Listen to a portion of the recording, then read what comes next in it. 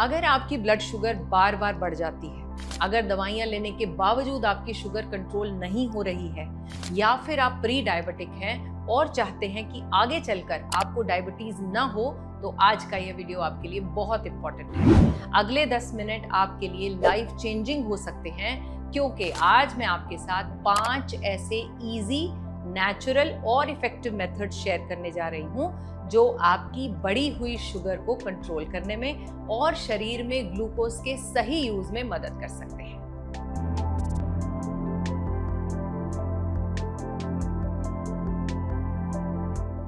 राधे राधे, मैं हूं Acharya Radhesa, holistic healing and illness reversal mentor. Radha Rani की कृपा और आशीर्वाद से मुझे अब तक हजारों लोगों के शरीर और जीवन को नेचुरल हीलिंग की दिशा में वापस लाने का सौभाग्य मिला है।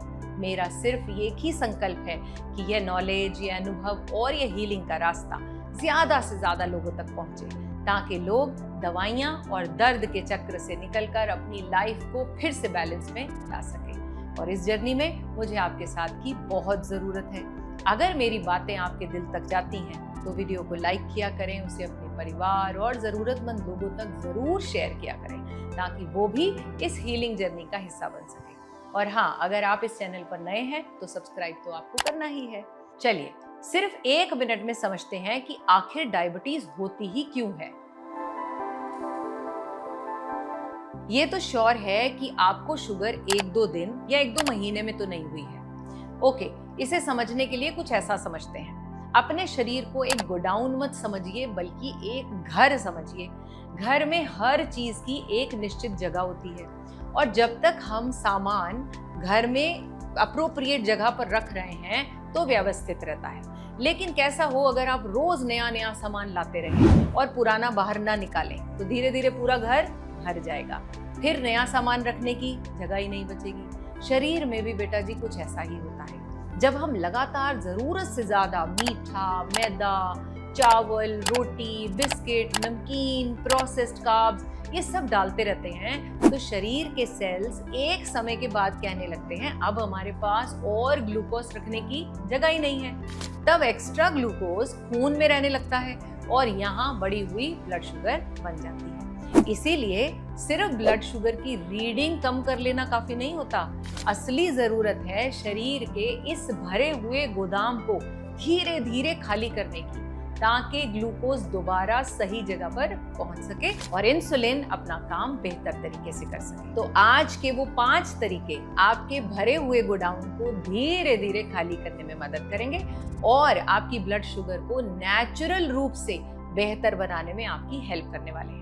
तो चलो शुरू करते हैं पहले तरीके से। क्या है वो पहला तरीका? देखिए, सबसे पहला तरीका है अपने भोजन में अम्ल रस की शक्ति को जोड़ दीजिए। आयुर्वेद में कहा गया है कि स्वस्थ रहने के लिए भोजन में 6 रस, कौन से? मधुर, अम्ल, लवण, कटु, तिक्त और कषाय, इनका संतुलन होना चाहिए। आज हम इन्हीं में से अम्ल रस यानी खट्टे स्वाद की महत्ता को जानेंगे। देखिए, शुगर कंट्रोल करने के लिए पहले के समय की हमारी जो भारतीय थाली थी उसको आप याद करें। उसमें एक चीज लगभग हमेशा होती थी, या तो नींबू, दही, छाछ या फिर घर का बना अचार। ये सिर्फ स्वाद बढ़ाने वाली चीजें नहीं होती थी, हर रस का अपना ही एक बहुत ही महत्वपूर्ण स्थान होता है। रादर ये अभी भी इम्प्लीमेंट होता है। सवाल यह है कि इसका ब्लड शुगर से लेना देना क्या है। देखिए, जब हम रोटी, चावल, आलू या कोई भी कार्ब्स खाते हैं तो हमारा शरीर उसे ग्लूकोज में बदलना शुरू कर देता है। अगर यह प्रोसेस बहुत तेजी से होगा तो अचानक ब्लड में ग्लूकोज बढ़ जाएगा और यही शुगर स्पाइक्स कहलाता है।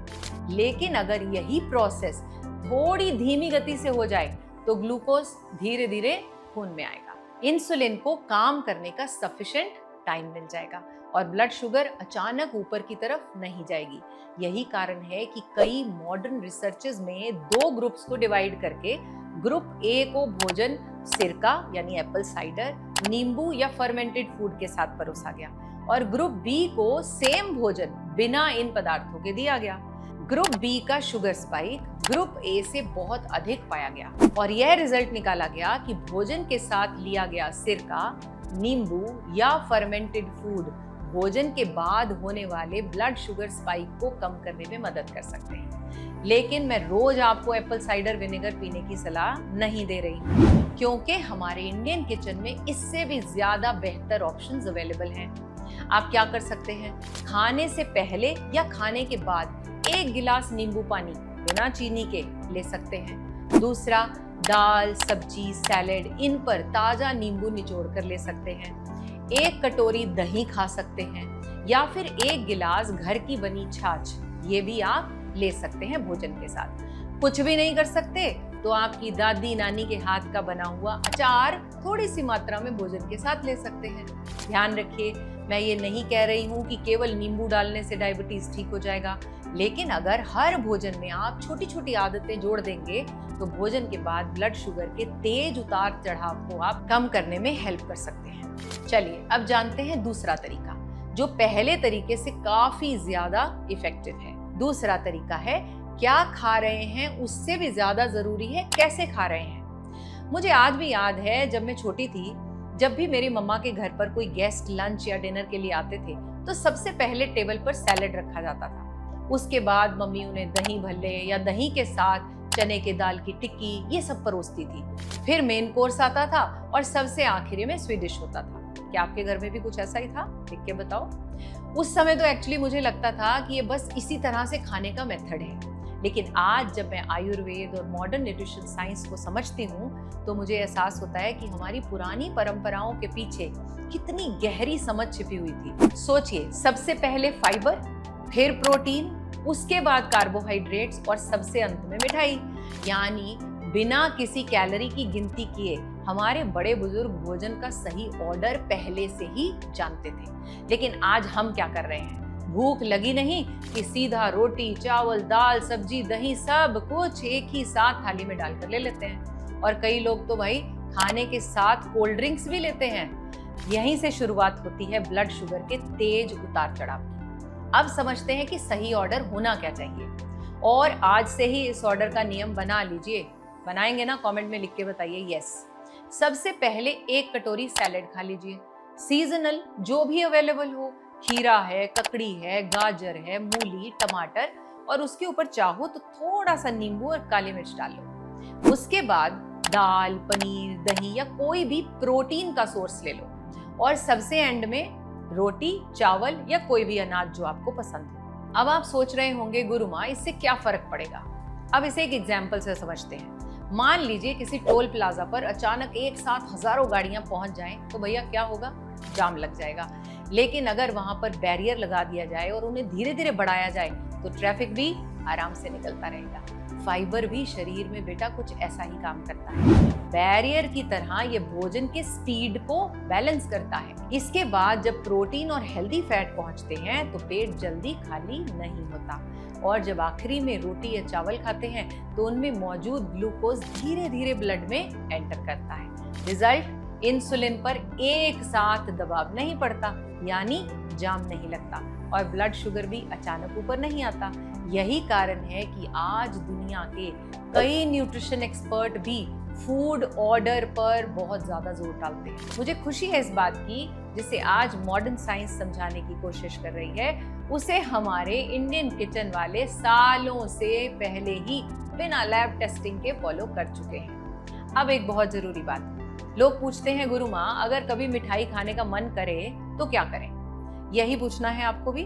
देखिए, मेरा पहला सुझाव तो यही रहेगा कि रोज मिठाई खाने की आदत को बिल्कुल ना बनाएं। लेकिन अगर किसी शादी में, किसी त्योहार पर या फिर किसी स्पेशल ओकेजन पर मिठाई खानी है तो उसे कभी भी खाली पेट न खाएं, भोजन के साथ ही लें।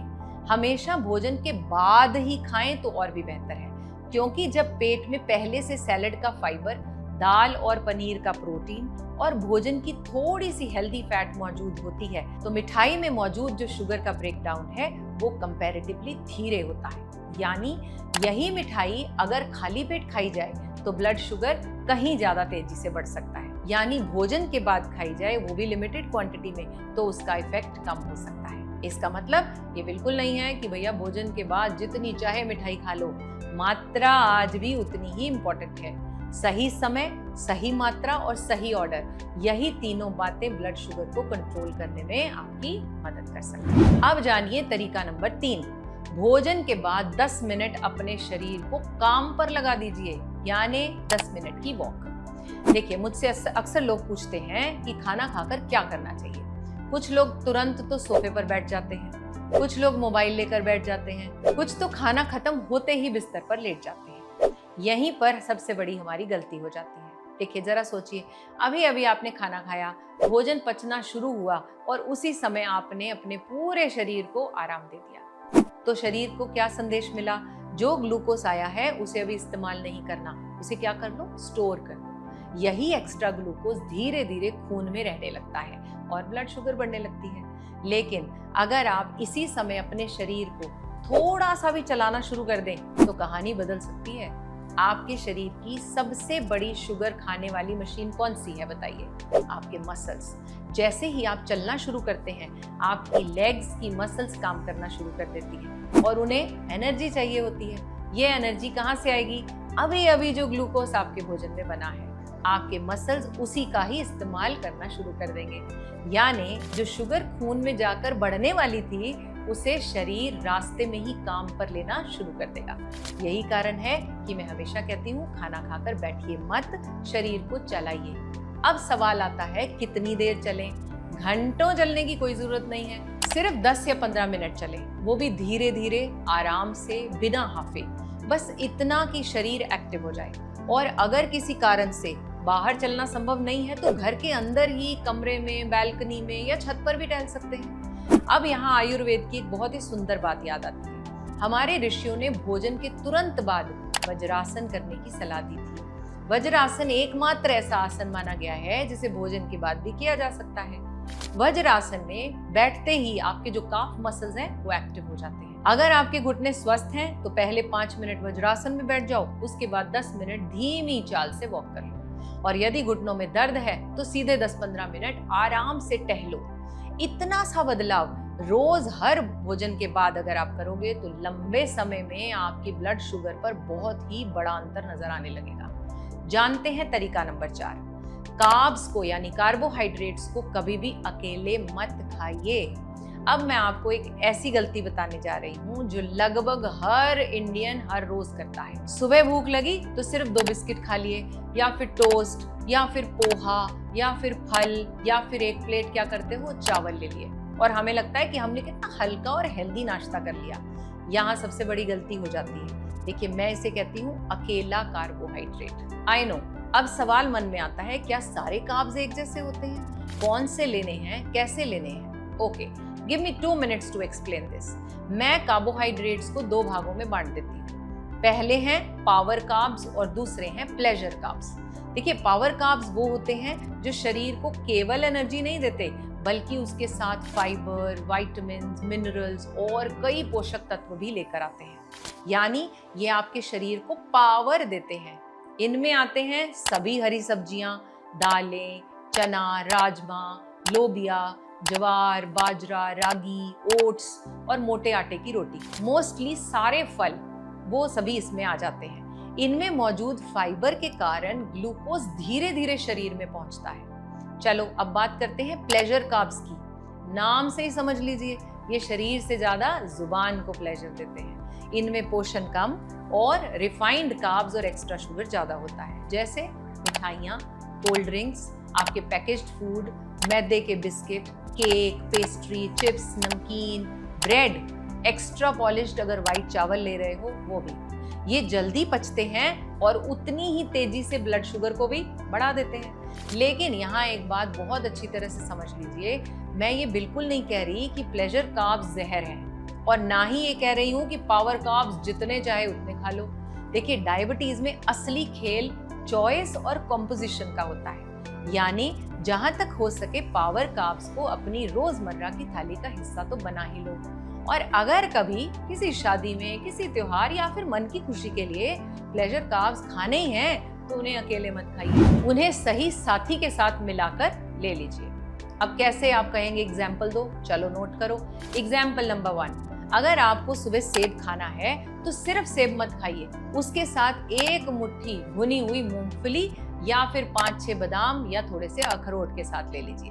अब यही सेब शरीर में अलग तरह से बिहेव करेगा। चलो एग्जाम्पल नंबर दूसरा नोट कर लेते हैं। मान लीजिए शाम को आपको भूख लगी है और आपने 4 बिस्किट खा लिए। ये बहुत लोगों की जनरली आदत मैंने देखी है, या रस खा लिए। लेकिन अगर किसी दिन बिस्किट खाने ही हो तो 4 बिस्किट अकेले खाने की बजाय 2 बिस्किट के साथ 8-10 काजू या फिर एक मुट्ठी मूंगफली या फिर आप भुने हुए चने ले सकते हैं। क्यों? क्योंकि काजू, मूंगफली और चना में मौजूद प्रोटीन और हेल्दी फैट्स भोजन के पाचन की गति को बैलेंस करने में मदद करते हैं। एक और एग्जाम्पल नोट करना चाहते हो? चलो करो। चावल खा रहे हो तो केवल चावल की प्लेट मत भर लो, पहले दाल सब्जी ले लो और फिर थोड़े से चावल लो। अगर पॉसिबल हो तो ऊपर से एक छोटा सा चम्मच देसी घी जरूर डाल लो, ये मैजिकल हो जाएगा। एक और एग्जाम्पल नोट करो। पोहा बना रहे हो तो उसमें सिर्फ पोहा ही मत डालो, उसमें मूंगफली डालो, कड़ी पत्ता डालो, हरे मटर, गाजर, शिमला मिर्च, कड़ी पत्ता, बहुत सारी सब्जियां आप इसमें डाल सकते हैं। अब यही पोहा कहीं ज्यादा बैलेंस्ड फूड बन गया। एग्जाम्पल नंबर 5, ओट्स खाना चाहते हो तो केवल ओट्स मत खाओ, उसमें थोड़े से चिया सीड्स, अलसी के बीज, थोड़े से नट्स या कभी कभी दही भी मिला सकते हो। एग्जाम्पल नंबर 6, रोटी खा रहे हो तो कोशिश कीजिए रोटी कम सब्जी ज्यादा, दाल उससे भी ज्यादा और साथ में दही ले लो। और एक एग्जाम्पल ले लो, एग्जाम्पल नंबर 7, आटा गूंद रहे हो तो उसमें चोकर या थोड़ा सा चने का आटा या मिलेट्स का आटा मिला लीजिए। इससे क्या होगा? रोटी का पोषण भी बढ़ेगा और पाचन भी बेहतर हो जाएगा। देखिए, गलती कार्बोहाइड्रेट्स में नहीं, गलती उन्हें अकेले खाने में होती है। बस आज का एक नियम याद रखना है, पावर कार्ब्स अकेले भी बेहतर हैं, लेकिन पावर कार्ब्स के साथ प्रोटीन के साथ हेल्दी फैट्स सबसे बेहतर विकल्प। और प्लेजर कार्ब्स मतलब अगर कभी खाने भी हो तो उन्हें अकेला नहीं खाना। तो यही छोटी छोटी बातें जो हैं वो आपकी ब्लड शुगर को बहुत बड़ा अंतर दे सकती हैं। अब बात करते हैं तरीका नंबर 5 की। रात में सिनेमन का आप सही उपयोग करो। क्या आपके साथ भी ऐसा हो रहा है कि रात को आपने बिल्कुल बैलेंस फूड लिया है, फिर भी सुबह उठते ही फास्टिंग ब्लड शुगर आपकी 150, 160 या 180 के आसपास मिलती है? अगर ऐसा होता है तो घबराइए मत। बहुत से डायबिटिक लोगों को ये समस्या होती है और इसे मॉडर्न साइंस में एक टर्म दी गई है, वो है डॉन फिनोमेना। देखिए, रात के समय जब हमारा शरीर कई घंटों तक बिना भोजन के रहता है तो सुबह उठने से पहले लिवर शरीर को एनर्जी देने के लिए थोड़ा थोड़ा ग्लूकोज ब्लड में रिलीज करता है। लेकिन अगर शरीर में पहले से ही इंसुलिन रेजिस्टेंस होगा तो यही एक्स्ट्रा ग्लूकोज सुबह की ब्लड शुगर को बढ़ा देगा। ऐसे में हमारी किचन का एक बहुत सिंपल सा मसाला सिनेमन यानी दालचीनी आपकी डेली रूटीन का एक अच्छा हिस्सा बन सकता है। आयुर्वेद में दालचीनी को डाइजेशन, मेटाबॉलिज्म, इन सबको सपोर्ट करने वाला मसाला कहा गया है। यहाँ मॉडर्न रिसर्च में भी सिनेमन पर कई स्टडीज हुई हैं जिनमें ये देखा गया कि रेगुलर और लिमिटेड मात्रा में अगर आप इनका सेवन करते हैं तो फास्टिंग ब्लड शुगर और इंसुलिन सेंसिटिविटी को बेहतर बनाने में मदद कर सकता है। हालांकि हर व्यक्ति पर इसका इफेक्ट एक जैसा हो ये जरूरी नहीं है। चलिए अब समझ लेते हैं कि इसको लेना कैसे है। रात को सोने से पहले ऑलमोस्ट आधा घंटा पहले आधा चम्मच सिलोन सिनेमन को आधे गिलास पानी में 3 से 4 मिनट हल्का सा उबाल लीजिए। अब इसे थोड़ा गुनगुना होने दें। अगर चाहें तो इसमें एक छोटा सा चम्मच वर्जिन कोकोनट ऑयल भी आप मिला सकते हैं। हेल्दी फैट का एक बहुत ही अच्छा ऑप्शन है। इस कॉम्बिनेशन से सिनेमन के बीच के एक्टिव कंपाउंड्स जो हैं वो एब्जॉर्प्शन करने में मदद मिलेगी। इसके बाद इसे आराम से पी लीजिए और अच्छी नींद भी आएगी आपको। लेकिन एक बात हमेशा याद रखिए, सिर्फ सिनेमन पी लेने से डायबिटिक कंट्रोल बेटा नहीं होता। अगर आप पहले के बताए हुए 4 नियम, क्या था? नंबर 1, हर मील में एसिड को जोड़ना, 2, फूड ऑर्डर को सही करना, तीसरा, खाने के बाद 10 मिनट वॉक करना, और पावर कार्ब्स को प्रोटीन और हेल्दी फैट्स के साथ खाना। इन सब के साथ अगर आप ये 5वां नियम भी जोड़ देते हैं तो रिजल्ट्स और भी बेहतर हो सकते हैं। देखिए, डायबिटीज किसी एक मेडिसिन से नहीं बल्कि डेली हैबिट से कंट्रोल होती है। हर दिन लिया गया एक सही फैसला आने वाले कई सालों की हेल्थ को बदल सकता है। अगर आपको ये वीडियो अच्छा लगा हो तो इसे अपने परिवार और लोगों के साथ तो शेयर करना ही है और इन नियमों को फॉलो भी करना है। राधे राधे।